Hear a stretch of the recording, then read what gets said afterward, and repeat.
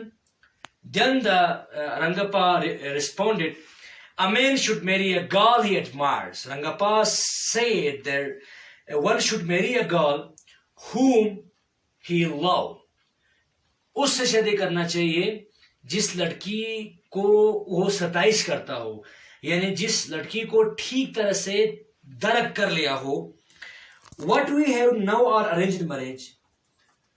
تو یہاں ٹائم اب کافی ہو رہا ہے بیٹا. I am really very sorry. آج 4 پیراگراف ہو گئے, اللہ کا شکر ہے.